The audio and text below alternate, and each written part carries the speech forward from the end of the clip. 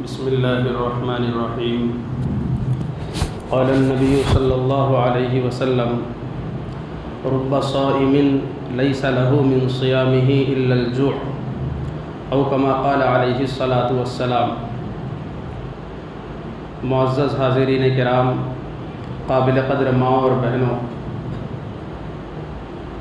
یہ اللہ تعالیٰ کا خاص فضل ہے اور رمضان کی برکت ہے کہ اللہ پاک ایک کے بعد ایک عبادت کی توفیق بھی دیتے ہیں، ہمت بھی دیتے ہیں، اور اس میں مزہ بھی آتا ہے کہ دیکھیے کہ رمضان ہی کی یہ برکت ہے کہ دن بھر روزہ رکھنے کے بعد عشاء کی نماز سے فارغ ہو کے پھر 20 رکعت تراویح میں قرآن پڑھنے کی ہمت کر لینا، یہ اللہ کی توفیق کے بغیر نہیں ہو سکتا۔ یہ عبادت کا شوق ہے، اس میں عورتیں بھی مرد حضرات بھی سب شوق اور ذوق سے حصہ لیتے ہیں جنہیں توفیق ملتی ہے، اور پھر گھر جا کے سحری کی تیاری کرنے کے ساتھ ساتھ تہجد کا بھی اہتمام کرتے ہیں، تو ایک اور عبادت کا موقع مل گیا۔ اور کتنی عورتیں ہیں ماشاءاللہ سے وہ اشراق اور چاشت کا بھی اہتمام کرتی ہوگی، تو یہ سب عبادت ہے، اس میں ہم یکے بعد دیگرے لگ رہے ہیں، اور رمضان کی وجہ سے ساری عبادتیں ہمارے لیے آسان ہوتی جا رہی ہیں۔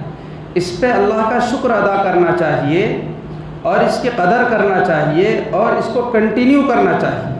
پابندی اس پر برقرار رکھنا چاہیے، لیکن ساتھ ہی ساتھ اس پر بھی غور کرنا چاہیے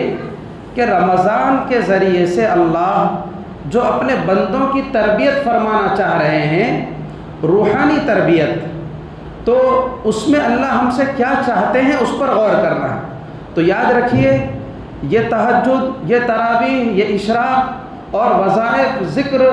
یہ سب چیزیں نفل عبادت میں ہیں، عبادت ہے ضرور اور اللہ کو پسندیدہ ہے،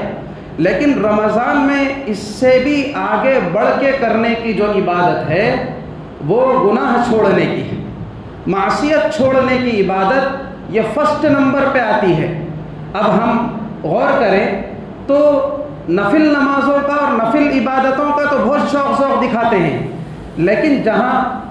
محارم حرام کاموں کی بات آ جاتی ہے تو وہاں پر تھوڑا سا ہم ہمت ہار جاتے ہیں اور ہم سمجھتے ہی نہیں کہ ہم سے کوئی گناہ ہو رہا ہے۔ روزے کے ذریعے سے اللہ در حقیقت یہ پریکٹس کروانا چاہ رہے ہیں کہ اللہ کے حکموں پہ چلنا، جو اللہ کو پسند ہے اسے اختیار کرنا اور جو اللہ کو ناپسند ہے اس سے بچنا،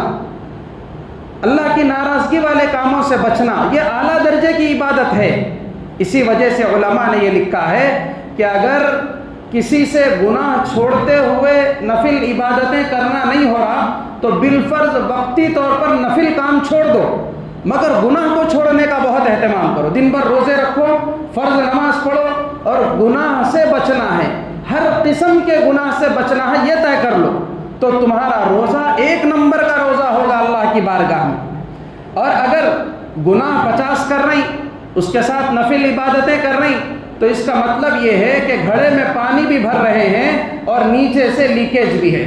سوراخ ہے، پجر رہا ہے، اب بھرتے جاؤ تو وہ ٹکے گا کہاں سے، گھڑا تو خالی ہوتا ہی رہے گا۔ تو یہی حال ہے نیکیاں کرنا اور گناہ سے نہ بچ۔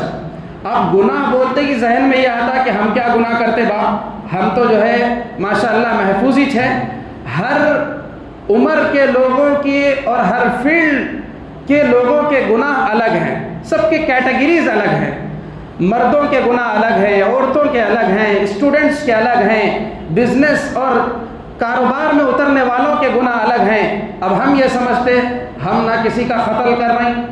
نہ ہم ڈاکہ ڈال رہے ہیں، نہ چوری کر رہے ہیں، ہم کیا گناہ کر رہے ہیں بول کے، تو ہر کوئی اپنے اعتبار سے سوچے۔ اسٹوڈنٹس اگر ہیں وہ پڑھنے جا رہے ہوں بھلے، لیکن کو ایجوکیشن میں ہیں تو وہ گناہ میں مبتلا ہیں، اور وہ نامحرم لڑکیوں کو گھور رہے ہیں اور ان سے دل لگا رہے ہیں تو وہ معصیت میں ہیں۔ اور ایسوں کے بارے میں اللہ کے نبی نے فرمایا رب صائم لیس لہ من صیامہ الا الجوع، کتنے روزے دار ایسے ہیں جن کو سوائے بھوکا رہنے کے اور کچھ حاصل نہیں ہوتا، اور جو سوشل میڈیا کے یوزرز ہیں وہ دیکھیں، یہ تو تمام گناہوں کا ایک پٹارا ہے، ہر طرح کے گناہ، بے حیائی وہاں پر، میوزک وہاں پر، غفلت وہاں پر، معصیت، ہر طرح کے گناہ اس کے اندر موجود ہے۔ تو فون کا جائز اور درست استعمال اسی کی اجازت ہے،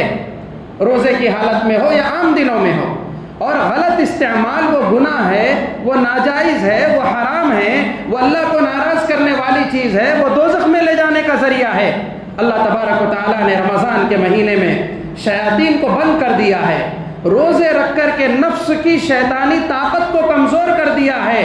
اب اللہ کہہ رہے ہیں کہ بندو اب تو آؤ روحانیت کی طرف، اب تو آؤ اپنے رب کو منانے کی طرف، گویا کہ اب گاڑی اتار پہ ہے، بڑی آسانی سے اللہ کی طرف چلنا آسان ہو جائے گا۔ لیکن اس میں بھی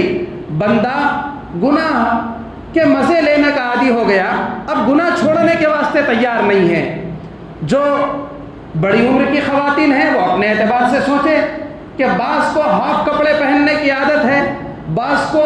جب باتیں کرنے بیٹھے تو ان کی غیبت، ان کی چغلی، ان کی برائی کرنے کی عادت ہے، تو وہ زبان کے گناہ ہیں۔ باہر نکل رہے ہیں تو نگاہ کے گناہ ہو رہے ہیں، آنکھوں کا مس یوز ہو رہا ہے، اور کسی کے پہلے سے ناجائز تعلقات ہے اور سوشل میڈیا کے ذریعے عاشقی چل رہی ہے، تو پھر اس پہ میسج کرنا اور ویڈیوز بھیجنا یہ سب ناجائز اور حرام میں ہے۔ کہ انسٹاگرام پہ فوٹوز اور ویڈیوز اپلوڈ کر رہے ہیں، اس کو مینٹین کر رہے ہیں 24 گھنٹے کے اندر یہ ڈالنا وہ ڈالنا، اور بچیاں ہیں حیا کا کوئی لحاظ نہیں ہے، بس ان کو ویوز ملنا چاہیے اور ان کو جو ہے یہ کمنٹ کرنا چاہیے اور اپنے آپ کو سوشل میڈیا کی لائف میں اونچا دیکھنا چاہتی ہیں، تو انسانیت اور اسلام کی سطح سے گر رہی ہے، اپنے آپ کا، اپنی عزت آبرو کا کباڑا کر رہی ہے، اور یہ احساس تک نہیں کہ ہم روزے کی حالت میں ہیں، ہمیں کیا کرنا چاہیے اور کیا نہیں کرنا چاہیے۔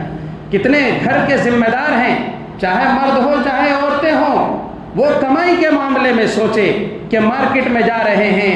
کما رہے ہیں، اور کماتے وقت دھیان حلال اور حرام کا ہے یا نہیں ہے۔ کاروبار کر رہے ہیں، کاروبار کے لیے پیسہ جو اٹھائے ہیں وہ سود پہ اٹھائے ہیں، اور جناب اب پورے گھر والوں کو اسی سے روزہ افطار کرا رہے ہیں، اسی سے عید کے کپڑے بنا رہے ہیں۔ بھائی رمضان آیا ہے دوزخ سے نجات کے لیے، رمضان آیا ہے کامل مغفرت کروانے کے لیے، اور اب بھی دھیان نہیں آیا کہ ہم گناہوں کے کیچڑ سے اور دلدل سے نکلیں، تو پھر کب آئے گا؟ کتنے گھرانے ہیں کہ رہن پہ رہ رہی، کیا 10-20 لاکھ آ گئی کہ سب سے پہلی فکر یہی کروڑ پتی بننے کی کہ پیسے بچانا ہے، کرائے کے پیسے بچانا ہے۔ رہن کے گھروں میں رہنا ناجائز ہے اور حرام ہے، بغیر کرایہ دیے ہوئے، مٹی کی چٹیوں میں ملے ہوئے ہیں، اور معمولی فنکشن کے واسطے، خاندان میں اپنا نام رکھنے کے واسطے، اور دعوتوں میں اٹینڈ کرنے، اچھے کپڑے خریدنے کے واسطے اور نیوتے دینے کے واسطے رہن سینٹروں پہ جا کے اپنا سونا زیور رکھا کے آ رہے ہیں، کتنے دعوتوں کے لیے سودی قرضے اٹھا رہے ہیں، کتنی حرام کی شکلیں ہمارے پاس ہے۔ یہ جو معیاری شادیاں کہلاتی ہیں، جو اسلام کے معیار سے گری ہوئی ہیں، مہنگی شادیاں بڑے فنکشن ہال میں، یہ کیا ہے؟ رشتہ طے ہونے کے وقت بول رہی کچھ نہ کیوں ذرا ہم آپ کو کھانا اچھا ڈالو، ہم بڑے فقیر ہیں، ہمارے کو کھانا اچھا سلیقے سے ڈالو بڑے فنکشن ہال میں۔ تو یہ بھیک منگنا ہو گیا، یہ ماڈرن فقیر کہتے ہیں۔ تو اب کیا ہو رہا ہے؟ اس میں کھانا اچھا دو کے نام پر دونوں طرف زیادتیاں ہو رہی ہے، سودی قرضے، اور کہیں میراث میں بیٹی کا حق مار کر کے شادی میں اس پر خرچ کیا جا رہا ہے کہ چلو ابا کا جو حصہ ہے ابھی خرچ کر دو، بعد میں دینا نہیں ہے، اور مہنگی شادیاں ہو رہی ہے۔ یاد رکھیے کہ شادیوں کے وقت میں جو رقم لی جاتی ہے جوڑے کے رقم کے نام پر، یہ ناجائز اور حرام ہے، اور مہنگی شادیاں جو کی جاتی ہے تو اس کا جو مطالبہ ہے یہ بھی ناجائز اور حرام ہے۔ بچیوں سے کسی چیز کا مطالبہ کرنا اس کی شرعاً گنجائش نہیں ہے۔ تو ہم رمضان کے اس مقدس مہینے میں جب قدم رکھ چکے ہیں، ہم چاہتے ہیں کہ ہماری مغفرت ہو، تو ہمیں سنجیدہ ہو جانے کی ضرورت ہے، سیریس ہونے کی ضرورت ہے۔ یہ نہ کو سمجھو کہ مول صاحبہ، علماء، فقہ جو ہے ہماری زندگیوں کے بارے میں بولتے رہتے، آپ سے ہمیں کوئی لینا دینا نہیں ہے، جس گڑھے میں جا کے گرنا ہے گرو، لیکن جہاں دین اور اسلام کی بات ہے، آپ کو اچھا لگے برا لگے، سنانا ہمارا فرض ہے، دین کی بات پہنچانا اور صحیح علم حاصل کرنا فرض ہے، ورنہ گناہ ہوگا، دین نہیں سیکھنے کا بھی گناہ ہوگا۔ اور یہ سوچئے کہ اگر ہمارے اللہ اس پر ہماری پکڑ فرما لیں تو کیا جواب دیں گے ہم؟ اس لیے اپنی خواہشات کو کم کیجئے اور دنیا کی جھوٹی تعریف کی طرف اپنا ذہن مت لے جائیے، لیکن غلط سورسز سے گھر چلانا اور خاندان چلانا چھوڑیے۔ خدا کے واسطے یہ رمضان کا مہینہ ہے، ہر طرح کی معصیت پہلے سے کچھ کرتے آئے ہیں تو اس سے بھی توبہ کرنا ہے، اور ابھی کچھ ہو رہا ہے اس سے بھی توبہ کرنا ہے۔ اللہ کی نظر میں سب سے بڑا عبادت گزار وہ ہے جو گناہوں سے بچنے کا اہتمام کرتا ہو۔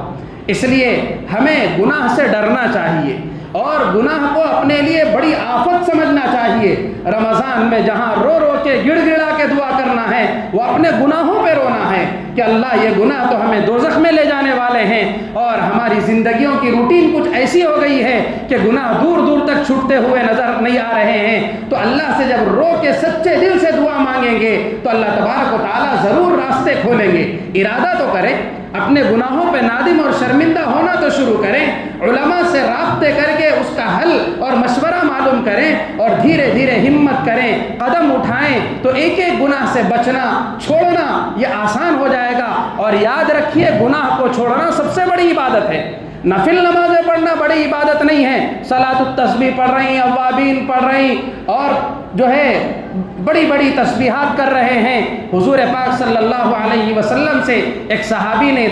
درخواست کی کہ یا رسول اللہ مجھے کوئی نصیحت فرمائیے، تو آپ نے فرمایا اتق المحارم تکن اعبد الناس، حرام کاموں کو چھوڑ دو، سب سے بڑا عبادت گزار بن جاؤ گے۔ تو حضور کی بات سے بڑھ کر کس کی بات ہو سکتی ہے؟ رمضان میں ہمیں شوق بھی ہے بڑے عبادت گزار بننے کا، تو گناہوں کو چھوڑنے کے ذریعے سے عبادت گزار بننے کا اہتمام کریں۔ اگر کوئی روزے رکھ کے فرض نماز نہیں پڑھتے، وہ بھی بڑا گناہ کر رہے ہیں، اور ان حرام کاموں کو چھوڑتے ہوئے نوافل جتنے کریں